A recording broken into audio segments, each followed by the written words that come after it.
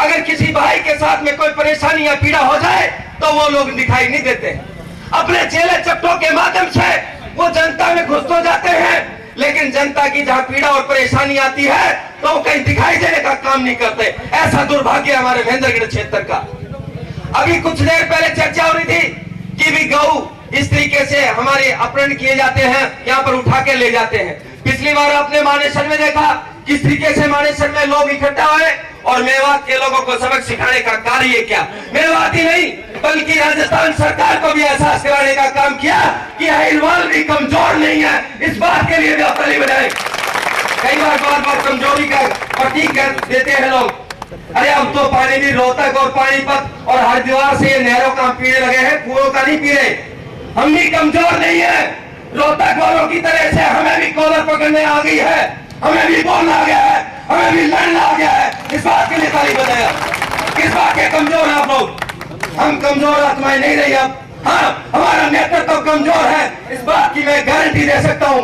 वो कायर है, वो हिजड़े हैं, किसी भी क्षेत्र की पीड़ा के लिए वो नहीं दिखाई देते। मैं सरेआम चैलेंज के साथ कहता हूँ, उनके पिट्ठू भी सुने, फोन के माध्यम से भी सुने।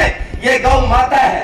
कहीं ऐसा ना हो जाए कि आने वाले समय में आप लोग इसी तरीके से पंचायत करें और हमारी बहन बेटियों को भी वो लोग उठाने पर मजबूर हो जाए। ऐसा ना हो जाए, इसलिए आपको स्वयं लड़ना पड़ेगा।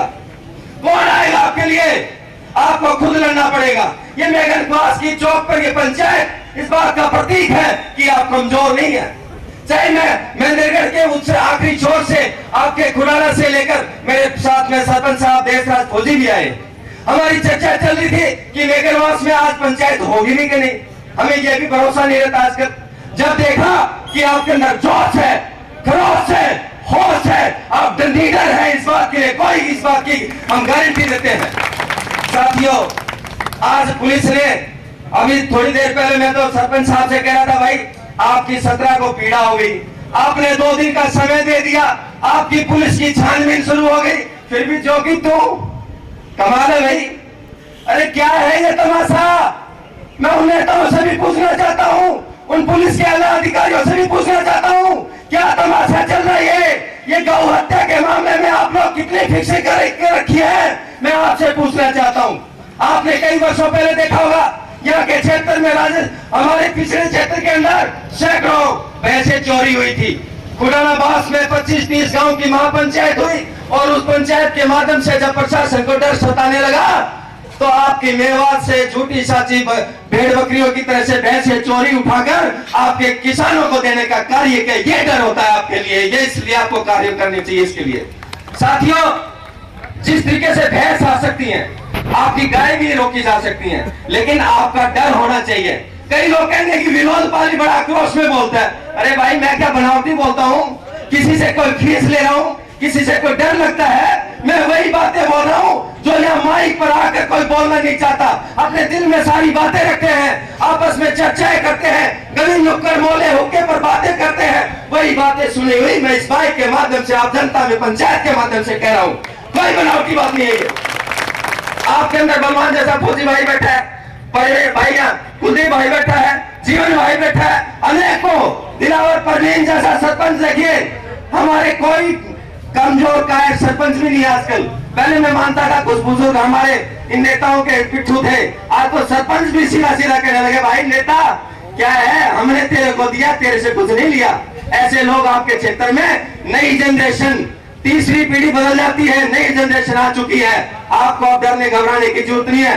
आज डीसी दरबार लगा हुआ, मंगलवार है साथियों। मेरा तो मानना है डीसी के दरवाजे पर खड़े होकर दरवाजे को बंद करके डीसी से पूछा जाए, डीसी साहब क्या बकवास है ये?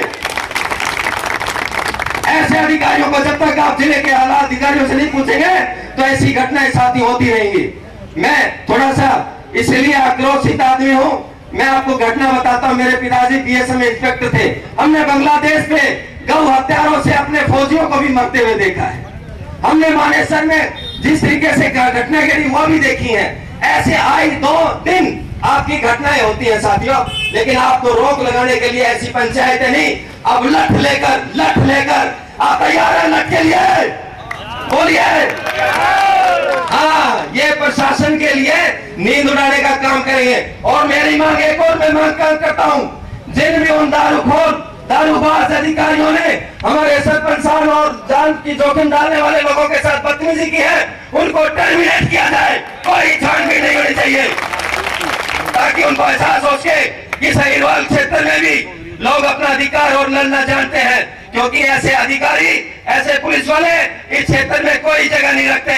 ऐसे हम उनके लिए टर्मिनेट की मांग करते हैं। और मैं तो अगली मांग ये भी करता हूँ, अभी उस डीसी के दरवाजे 150 लोग चलकर उसका दरवाजा खटाकर और डीसी से हिसाब किताब किया जाए। डीसी साहब, ये मेरे नगर में क्या बकवासबाजी हो रही है? साथियों, मैं बहुत कुछ कहना चाहता हूँ, लेकिन मेरी तबीयत खराब है, मेरा गला का इन्फेक्शन है, लेकिन उसके बावजूद जैसे मुझे समाचार मिला, मैं कुछ जिम्मेवारी बलवान भाई जैसे को भी देता हूँ कि आप लोग, मैं एक और पीड़ा की बात बता देता हूँ। देखिए यहाँ की पुलिस कैसी है।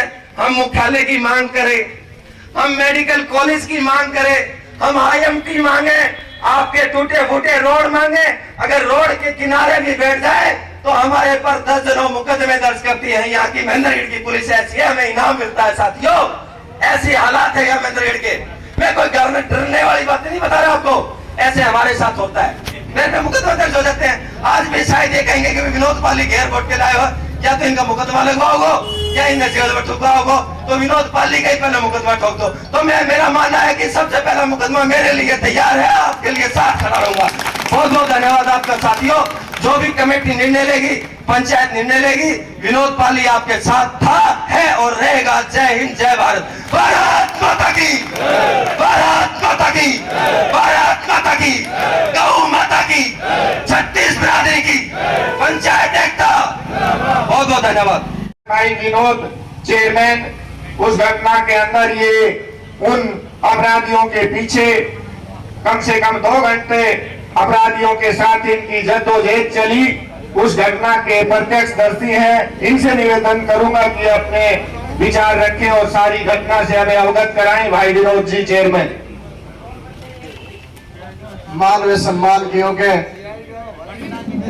आसपास के गांवों से आई हुई सरपंच, जिला पार्षद, मेरे पिता तुल्य बुजुर्ग और नौजवान साथियों, जो 17 तारीख की रात को जो घटना घटी आप सब लोग परिचित हैं। भाई संजय का फोन आया कि ऐसे कोई गाड़ी है, संदिग्ध गाड़ी है, उन्होंने हमारे पर पत्थर बरसाए। 3 से 4 मिनट में मैं मेरे साथी को लेके नहर पे पहुंचे। पिकअप पूरी भरी हुई थी, वहां तक हमें नहीं पता था इसमें गोमाता है। बुढ़ानिया से भाई संजीव, बुढ़ानिया से भाई सरपंच प्रदीप, हमने सभी ने पीछे गाड़ी के पीछे लगाई। खेड़ा अंडरपास के पास उन्होंने हमारे पास दो 3 फायर किए, पत्थर बरसाए। सर से आगे जो मेरी गाड़ी थी बोलेरो, मैं और संजय भाई उसमें थे, पीछे संजय भाई भी था, प्रदीप भी था। बूचेवास अंडरपास में फिर उन्होंने वहां पे फायर की, पत्थर मारे। वहां से जो रूटीन में गश्त में एक PCR थी, हमने सोचा कि हमने 112 पे कॉल किया था। इस क्षेत्र का दुर्भाग्य देखे, कम से कम मैं गाड़ी चला रहा था उस टाइम, मैंने कम से कम 10 बार 112 पे फोन किया। ये प्रशासन, ये पुलिस प्रशासन दावा करती है कि 112 डायल कीजिए, 10 मिनट में आपके पास पुलिस पहुंच जाएगी। उस दिन 1.5 घंटे तक कम से कम 10 बार मैंने कॉल की, सभी साथी बार बार 112 पे कॉल कर रहे थे। पुलिस की तरफ से कोई हमें सहायता नहीं मिली और ये दुर्भाग्य मानते हैं पुलिस प्रशासन में दावे के साथ कह सकता हूं इनके साथ मिला हुआ है। जो गाड़ी मेवात से लेकर यहाँ तक बिना नंबर प्लेट की गाड़ी और गायब रहकर यहाँ से वापिस जा सकती है, तो इस बात में कोई शक नहीं है कि पुलिस प्रशासन से उनसे मिला हुआ है। दूसरी बात इसमें सोचने को जो मजबूर करती है, मेरे किसी साथी ने बताया 12:45 पर वही गाड़ी से वही आदमी माता मसानी के पास CSC सेंटर से उन्होंने गायें भरी है। एक साथी ने 112 पे कॉल किया है, पुलिस आई और वहां से पुलिस उनको बिना पकड़े जाने देती है। तो इसमें बिल्कुल कोई संदेह की बात नहीं है कि पुलिस प्रशासन उनसे मिला हुआ है। वही गाड़ी 12:15 बजे नहर पे मिलती है और यहाँ से गोमाताओं को भर के ले जाने के काम करती है। तो ये बात हमें 100% संदेह पैदा करता है कि पुलिस की बिना सह के, बिना उनकी सहायता के ये काम हो नहीं सकता। प्यारे साथियों, आप आए दिन देखते हैं जब कोई हमारे यहाँ से बिना नंबर की गाड़ी, बिना नंबर की मोटरसाइकिल 2 से 3 सवारी मोटरसाइकिल पे चले जाते हैं तो 10-15 हजार के पुलिस वाले चलान तो काट देते हैं। लेकिन जो गाड़ी मेवात से चलकर बिना नंबर प्लेट की गाड़ी यहाँ से गाय भर के ले जाती है, उनका कोई बाल बाका करने वाला नहीं है। तो मैं चाहूंगा कि ये प्रशासन पूर्ण रूप से उनसे मिला है और इन लोगों से हम सहायता की अपेक्षा करें तो भी ये संभव नहीं है। जब तक आप लोग जागरूक नहीं होंगे, जब तक सब मिलकर एकता के साथ इसके खिलाफ कदम नहीं उठाया जाएगा, वो बड़ा ही इस महेंद्रगढ़ को बड़ा ही लाचार और पिछड़ा हुआ मानते हैं। आप लोग जब तक बढ़ चढ़कर आगे नहीं आएंगे तब तक इस क्षेत्र का सुधार नहीं हो सकता। जितने भी साथी आए हुए मैं सभी से अपील करूंगा कि एक रूपरेखा तैयार की जाए। जो बाहर से पशु खरीदने आते हैं, यही रात को पशु चोरी करते हैं, गो तस्करी करते हैं, तो सबसे पहले इनके ऊपर लगाम लगे जाए।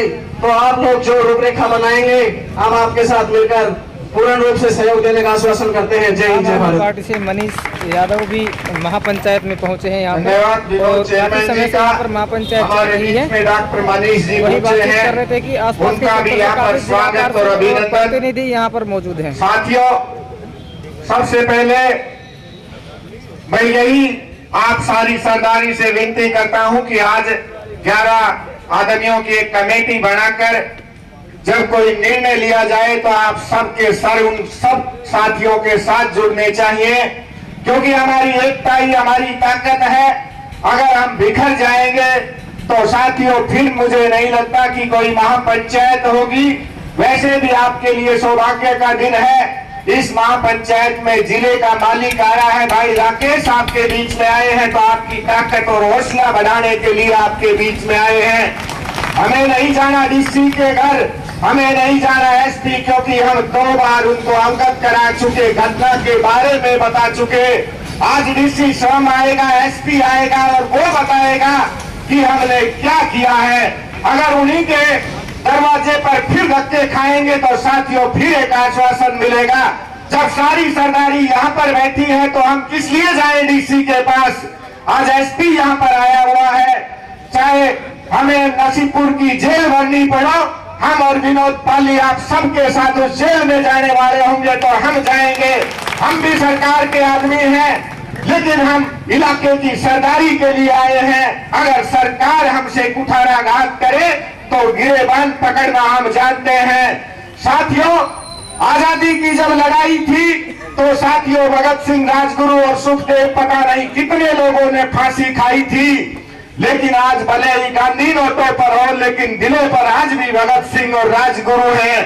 क्योंकि मैं उस कविता के माध्यम से आपको चंद पंक्तियों के साथ उन शहीदों पर कहता हूं कि साथियों, सड़ती रही लाशें रोड पर, गांधी फिर भी मौन थे। सड़ती रही लाशें रोड पर, गांधी फिर भी मौन थे। हमें सिखाया गया कि अकबर महान थे, तो फिर महाराणा प्रताप कौन थे। साथियों, आज भी वो रस्सियां संग्रहालय में रखी है जिनसे गांधी अपनी बकरी बांधा करते थे। अरे कहां गई वो रस्सियां जिन पर भगत सिंह, राजगुरु और सुखदेव हंसते हंसते झूले थे।